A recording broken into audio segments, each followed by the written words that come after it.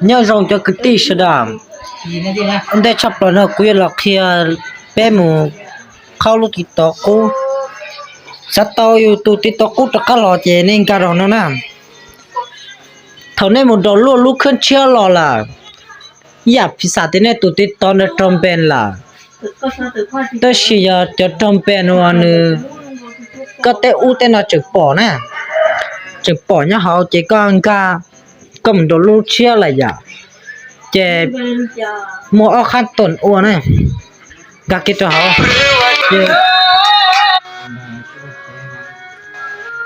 gà cho tí lúc to mong tí nó gà kia cho họ chè thằng này bỏ kia chè liếp trong đi nó là giờ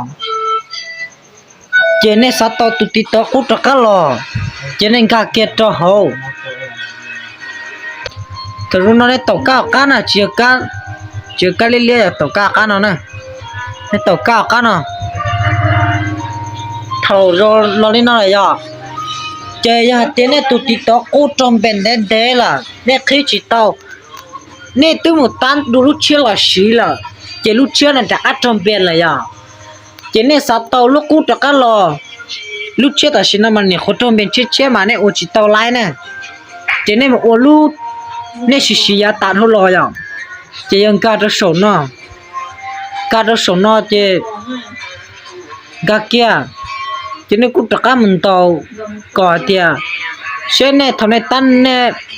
du ốp hạ đi chả cú ốp hạ tan ốp hạวันที่หนึ่งก็ยี่ตั้งแต่เนี่ยเจอวันที่ยูนู่นยูนะอย่าเจ็บวันที่หนึ่งก็ยี่พุทธใส่ต่อเลยนะสิอย่าเจ็บทางเลยนะเจ็บ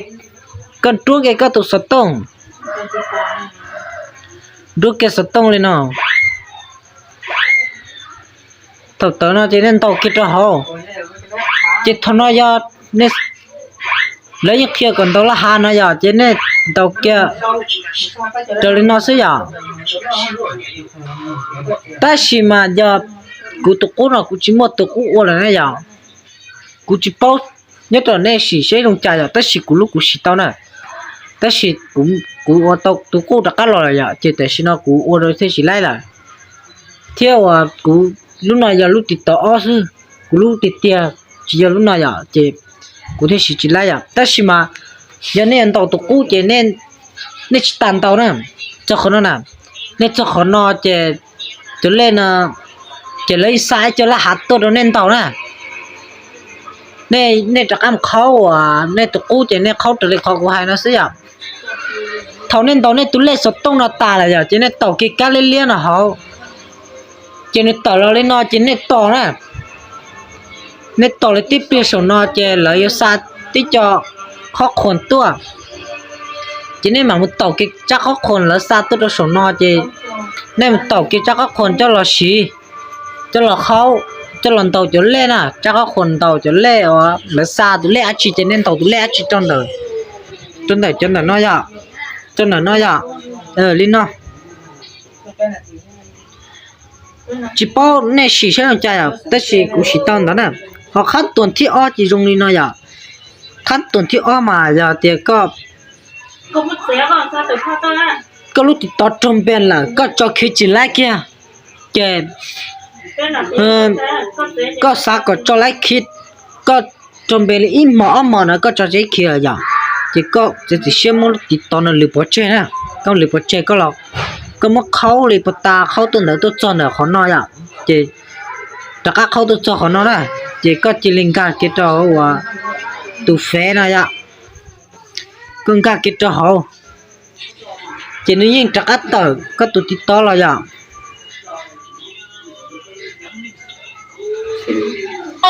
này cưng cả cái khó nói à cưng cả cái khó nói chỉ nếu tờ có tụ tí to tất cả lòi à tất nhiên con nó tao chỉ tao là về thì cũng chỉ mới lúc không thế nhá tao chỉ lại là lúc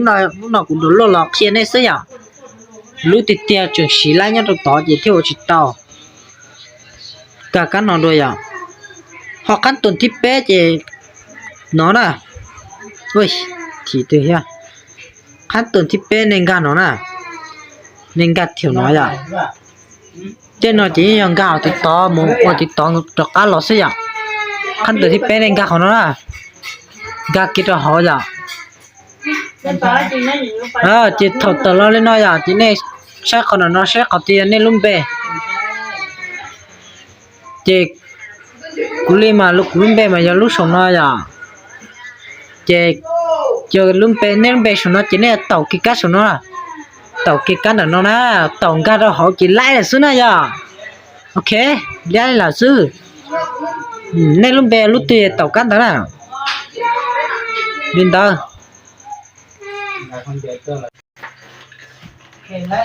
nói rằng phát rồi với ad này à giờ tiền này từ chạy ra chạy là cũng chỉ tao bảo sĩ lúc khi nào thế cũng chỉ tao bảo sĩ ta đấy à bác sĩ của bên mẹ kia thì lúc từ sáng sĩ cho khấn ta lỗ ra giờ chỉ chờ chờ của cá để xin này à lên từ sáng sĩ cho nênว่าsuốt ta lỗ nhau họ lúc khấn nó nè chỉ muốn kia à chỉ muốn kia thì cụ thể thì xem mất kia rồi bây giờ là có bảo sĩ à ít tiền là chỉ bảo sĩ ở lúc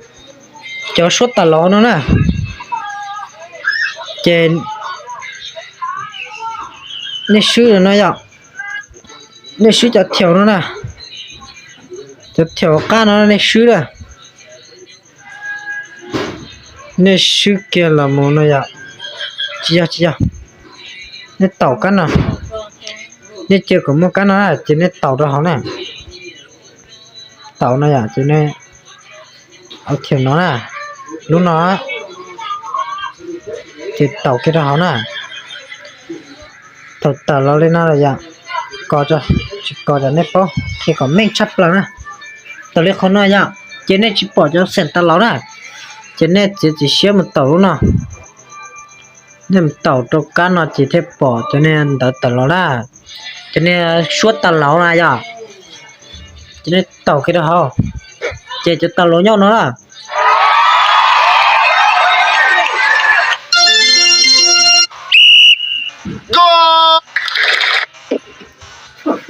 tiếp tàu tuần tết tụi nó à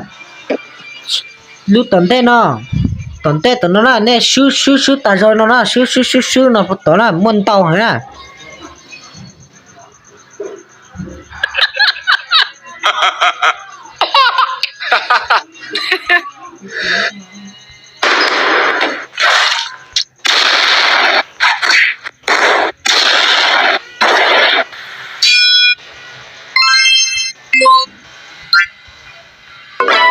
đâu thế nào sư ta là here à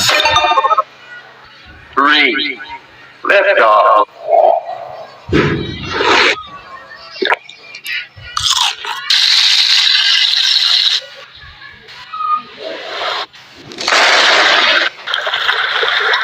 đi sư ta cho nó bù lên giang cầu sư à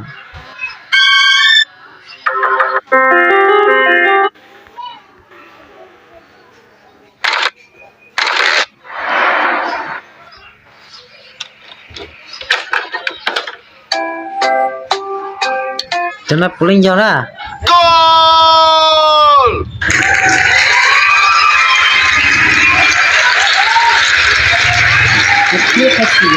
hôm nay ao đó này ao chỉ nó là tàu kia trâu cá thì nó già này ao lúc suốt từ giờ ao nè giờ này cho cái này cái này chỉ tàu cái gì thôi tàu kia nó già chỉ lái lên nó sẽ à lấy lên còn nó chỉ lái chỉ này cho cái này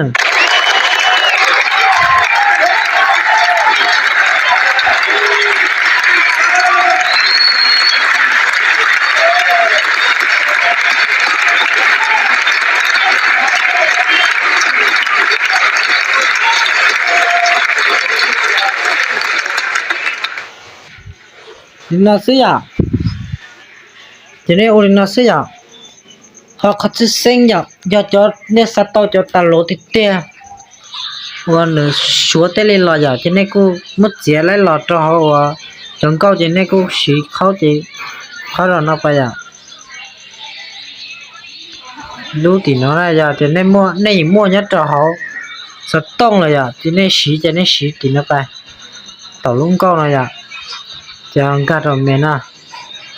chè nên cho tàu lúa nhỏ họ à thì nên cả họ à tàu cái lon này giờ thì nên sư này giờ thì nó là tàu lúa nhỏ bây giờ No. thì giờ là cút tàu đó thì nó dạng rồi tàu kia nó chỉ nó sẽ giả nếu sư cần ra là có thể nên sư nó sẽ giả nên sự tệ sư thế này sự tệ tối tới giờ nó chỉ sư nó sư một bữa tối tao sư là tao cá nó như tới giả thì nên cho nó sẽ giả nên chọn đó lo cho chị nó sẽ giả chị nó sẽ bây giờ là chỉ chốt cả thế thế chốt tao nó nói chị thầu cú là khó xí là cú chỉ bao xí cho suốt tàn lóng này à chị cú là tôi là có một có lo chị cú thế có cho chị thế cú thế bao chị suốt tàn lóng nó sẽ à thế và giờ thì này yêu xí và các tiểu có để đuôi giờ chị này chị này à chị này tàu kia để đua nè chị này khó được luôn đỉnh nào đu ô vì liệu nó giờ nét tàu đó họ chỉ nên tàu cho nó lòi à chỉ nét tàu bé cá nó nét tàu cá thì tàu này chỉ tàu cho nó lòi à chỉ có một số là chỉ có chợt thì chỉ có số à chỉ lên nó số à nè giờ cho nó có nhiệt chỉ cho thì chỉ số à nó số à cái nhiệt chỉ là cũng chỉ nó cũng chỉ tàu à chỉ nó số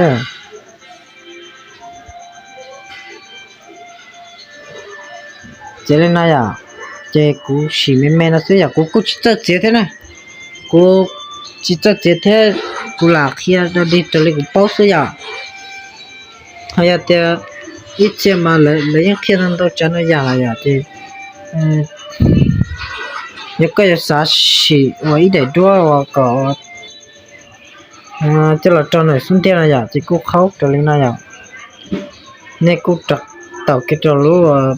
nè chỉ có một lần lúa đua rồi nó này à nè tàu cái đó hỏi à thì tàu ít hơn gì đâu cái nào cả ta họ thì thầu nó chỉ nè tàu đấy thì nè chở đua thì này à thì nè sẽ xét chỉ để bây giờ sẽ xử lý để này à thì nếu lên này à thì nè số cho nó à số cho nó này số này à thì bỏ luôn này à đủ ở ta hả nè tàu kia này chỉ này trong này à chỉ trong này chỉ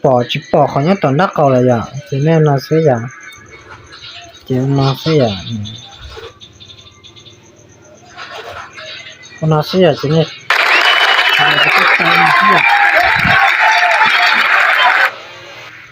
chỉ nó sẽ à chỉ thế này sao xí lúc khơi là cũng xí tao này lúc khơi này mà chỉ có trong này cho số này cũng muốn luôn bè nó cho nên sao vậy lúc bè nhà nó từ sát tao cho sao này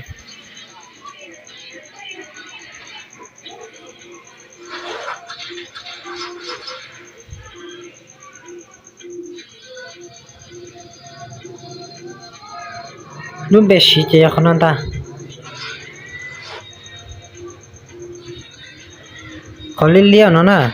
nét tàu đó là chỉ cũng mất có đó nên sao vậy cái này thêm cái sao vậy tụ e tụ lo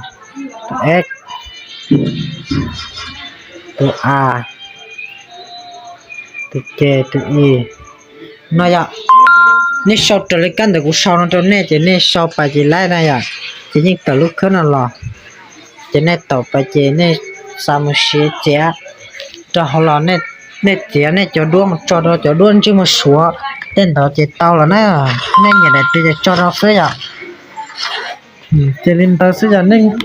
theo giờ thì lên từ thì tao trong bên này chính cái siêu à cho siêu đấy xong đầu tua lúc bắt đầu khi này nè nó là việc tiệp tụi mua alo là chỉ khi thế gì lấy trong nhà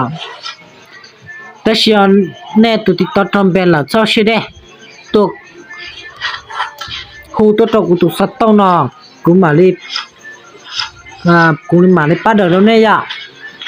เจ้าเชื่อได้ยาแต่เลยตัวตัวเลยกูเลยคิดนะยาโอชิเต้าเจ้าเชื่อได้หูตัวกูตัวสัตว์ต้องนอกูมาป้าเดินแล้วเนี่ยกูชอบกูตัวสัตว์ต้องน่ะสะอาดสันยะก็ด้วย接下来下是下周一对下哦你拿来กูตัวสัตว์ต้องนะยะยันตัวสัตว์ต้องนะกูชาวอยากติดต่อทำเป็นละเจ้าสิเด้หูตัวที่ใช่กูจะคิดนะใช่อุปตายอยากสิต้องนะหูตัวกูมาปั้นเดินเลยกูเดินเต้าอย่างไอ้กูเดินชิเต้าละกูเขาจะจีบเทียแต่สิ่งเดินกูเลยกูเดินเต้าอ้อรู้ทอลเลยอย่างกูเดินเต้าอ้อรู้ทอลเลยเทียแต่สิ่งกูจริงก็เสียเช่